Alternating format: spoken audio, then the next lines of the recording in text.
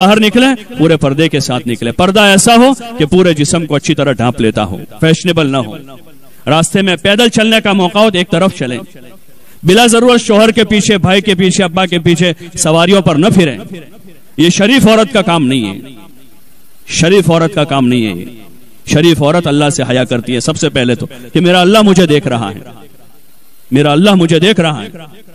ہاں، سواریوں پر زیادہ گھومنے پھرنے کی عادت نہ بناویں، اور خود سواری چلانا یہ اور زیادہ بے شرمی ہے، اور زیادہ بے حیائی ہے۔ اپنی بچیوں کو اس سے روکیں، یہ کوئی فخر کی چیز نہیں ہے۔ ہمارا شہر اتنا بڑا نہیں ہے کوئی 100-200 کلومیٹر کا کہ جہاں لوگوں کو ضرورت رہتی ہے، کوئی ضرورت نہیں اس کی کہ بچی کو سواری دلائی جاوے۔ ہاں، اپنی بچیوں کو نہ دلاویں، ان کو اس کا عادی نہ بناویں۔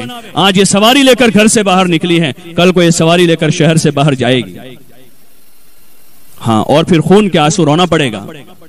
ہم اس کو قابو نہیں کر سکیں گے۔ جس تہذیب پر اہل یورپ تھوک چکے ہیں، جس تہذیب پر امریکہ تھوک چکا ہے، جس تہذیب پر عیسائی تھوک چکے ہیں کہ ہم اس تہذیب کو چاٹ رہے ہیں، اس تہذیب کو ہم چاٹ رہے ہیں کہ اب ان کی لڑکی جو ہے کسی اجنبی لڑکے کو گھر میں لا کر اپنے باپ سے کہہ رہے ہیں کہ میں اپنے دوست کے ساتھ آئی ہوں، تم تھوڑی دیر کے لیے باہر چلے جاؤ۔ یہ اس تہذیب کا پیش خیمہ ہے، یہ اس کی ابتدا اور شروعات ہے کہ بچیوں کو سواری دلائی جاوے، ان کو بائک دلائی جاوے، ان کو اسکوٹی دلائی جاوے۔ اس کو تو حیا کے ساتھ، اس کو تو سنبھال کے رکھنا ہے۔ یہ کنواری بیٹی ہیں، ہیرے سے زیادہ قیمتی ہیں، یہ ہماری پراپرٹی سے زیادہ قیمتی ہے، یہ ہماری جائیداد سے زیادہ قیمتی ہے، یہ اپنے باپ کی عزت ہے، یہ اپنے بھائیوں کی آبرو ہے، یہ اپنے خاندان کے لیے یا تو اپنے خاندان کو دنیا میں روشن کرنے کا ذریعہ ہے، یا یہ اپنے خاندان کو دنیا میں ذلیل کرنے کا ذریعہ بننے والی ہے۔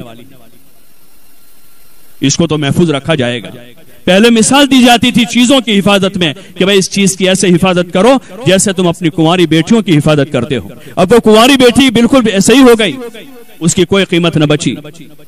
اپنی کنواری بیٹیوں کی حفاظت کریں، ان کو اپنے گھروں میں رکھیں، ضرورت کی تعلیم دلاویں، مکتب میں قرآن کی تعلیم دلاویں، اور اس کی 8-10 سال کی عمر تک اسکول میں اس کو 4-5 چوپڑی پڑھا کر اب اس کو اپنے گھر میں رکھیں، اس کو گھر میں رکھیں۔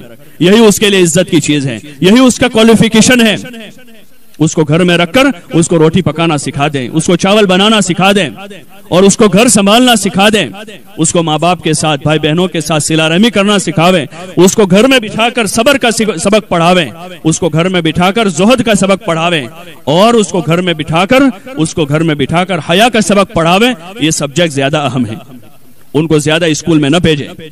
ہاں، فتنوں کا دور ہے، یہ فتنوں کا دور ہے، بے حیائی کا ماحول ہے۔ اس ماحول میں اگر ماں باپ چاہتے ہیں کہ سکون سے دنیا میں جینا ہے، اپنی بچیوں کو گھر میں رکھیں، گھر میں ان کی ساری ضرورتیں پوری کریں۔ عورتوں کے ذمے، جب اللہ نے ان کے ذمے کمانا نہیں رکھا کہ ان کا خود کا خرچہ اللہ نے باپ کے ذمے رکھا ہے، جب شادی ہو جائے گی تو شوہر کے ذمے ہے، پھر ان کو کیا فکر ہے؟ ان کو تو گھر میں آرام سے رہنا ہے، اللہ کی عبادت کرنی ہے، اپنے شوہر کی خدمت کرنی ہے، اپنے بچوں کی اچھی پرورش کرنی ہے۔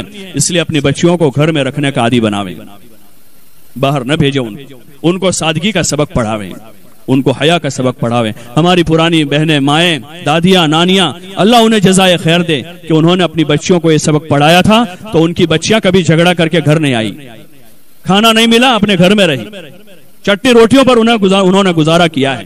عید کے دن کپڑے نہیں ملے تو وہ یعنی دوسرے کسی سہیلی کے کپڑے پہن کر اپنی ماں کے گھر آ جاتی تھی کہ میری ماں کو پتا نہ چلے کہ میرے پاس نئے کپڑے نہیں ہیں، اور میرے باپ کو پتا نہ چلے۔ یہ ان ماؤں کی تربیت کا اثر تھا کہ ہمارے ماں باپ ہماری وجہ سے دکھی نہ ہو، ہمارے بھائی ہماری وجہ سے دکھی نہ ہو۔ یہ اس تربیت کا اثر ہے جو گھر میں ہوتی ہے، جس تربیت میں سادگی ہے، صبر ہے، حیا ہے۔ یہ سبق پڑھانے کی ضرورت ہے۔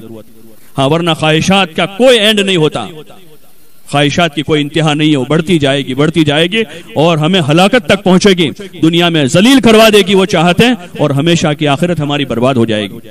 اس لیے کوشش کریں سادگی کا سبق پڑھاویں، گھر کے ماحول میں ان قصوں کو پڑھیں، سنیں، فضائل کی تعلیم گھروں میں کریں، نماز کے فضائل، روزوں کے فضائل، ذکر و تلاوت کے فضائل، صدقہ اور خیرات کے فضائل، اور فضائل صدقات کے وہ باب جس میں ماں باپ کے حقوق ہیں، پڑوسیوں کے حقوق ہیں، اس کی تعلیم کر کے اپنے بچیوں کا ذہن بناویں۔